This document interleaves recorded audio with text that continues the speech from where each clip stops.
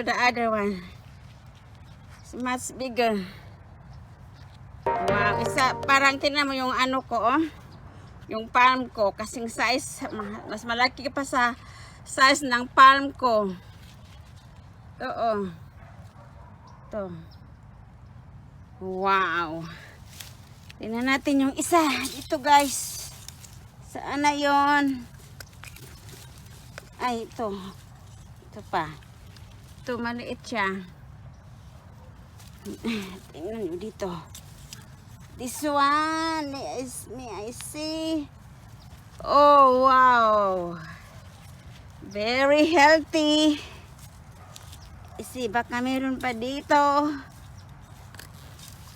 Kasi ano to guys, i-compost dito. Kasi kaya mataba siya.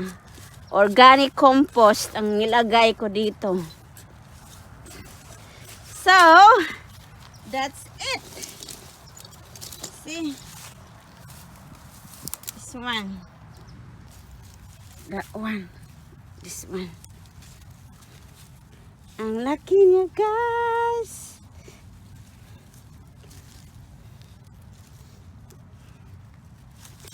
Ang sweet potato ng Texas. Oh, where is it? It's up to the ground. Okay.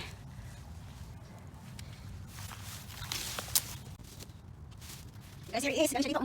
Dali ko yung bunga. Wow. Guys. Wow. Okay. Very healthy. Pagka naman dito. Wala diba? Wala akong harvest. Okay. Ito na sa amin guys. Ito na yung daan. This one ang mga. Yung ibulas organic guys. Organic. Soil compost. And organic fertilizer. So guys, ito na yung harvest ko. I cleaned this already. And look at that. Bigger than my hands. See?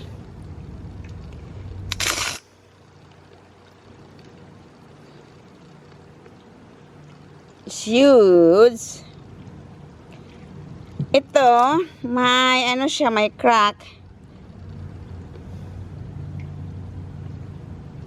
Bigger than my palm. Marami pa doon guys, hindi ko pa na-harvest. Ito is medium and small. Large, medium, small. Right, sarap niyan. Lutuin ko na mamaya. So guys, if you saw my sweet potato videos, dito yung ano, sweet potato plants ko. Diyan. At pag winter, ito na yun, namamatay yung mga dahon. So, the sweet potato died during the winter. And all the meat or the sweet potato is under the soil. These are the leaves. They died during the winter. See, as you can see here, meron pa siya. This one here. And this one here. Kita mo, may roots sa dito. May roots. So, I'm sure, see, ayan yung ano, oh. Sweet potato right there. So, I have a lot of sweet potato to harvest. And after the winter, they come back.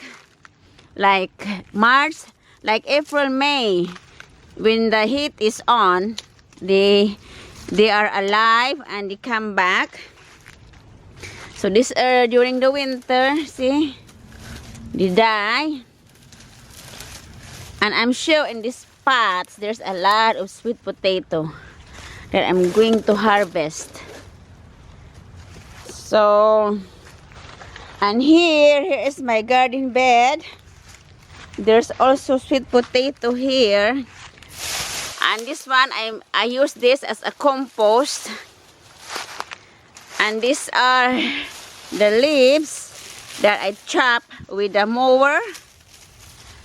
And these leaves is came from that trees. It's a maple tree or an oak tree, I think. So when it fall, during fall season, and I pick them up and put in my garden to be compost. These are my water irrigation. So my beds is up to there. I have to clean up. I have a lot to clean up. So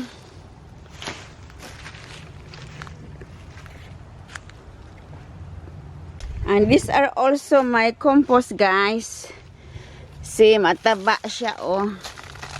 These are organic compost. Yung mga fruits ng peel ng mga fruits, mga eggs, mga coffee grounds. Maano siya dito, ma-decompose. Yung dahon ng saging. Yung, see? Mataba siya, guys. Oh, na-decompose na siya. Pwede nito ilagay sa aking garden. Yan ang compost pile ko, guys. See, guys, kita mo yung dahon. During the winter, they also die. This one is dying also. Walang jacket, kaya giniginaw. Ayan, namamatay siya pag winter.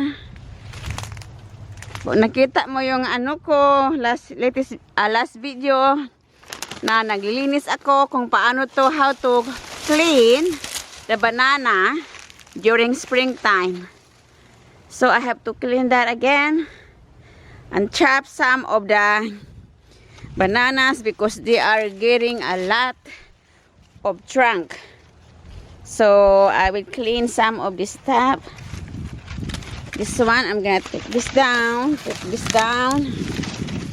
Kasi ano, dumarami siya. Nagkakasira sa fence.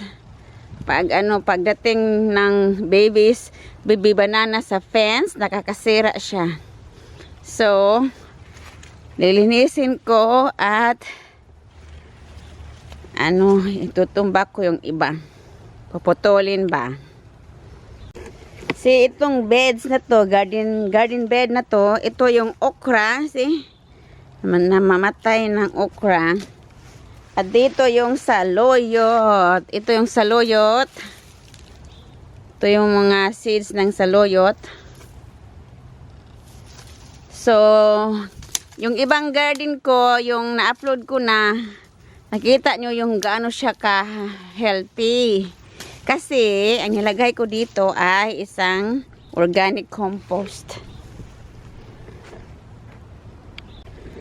So guys, ito guys, nalinis ko na itong ginagapangan ng long beans, yung bamboo trellis, kung sa Bisaya pa is kagingking. And this one, some of these I have to throw it away. Or some is recycled again. And this one are purple flowers that I trim or I cut it down to be thrown away. Para ma-ready ko na yung garden beds ko for this springtime and summer. For the long beans, alugbate, sweet potato,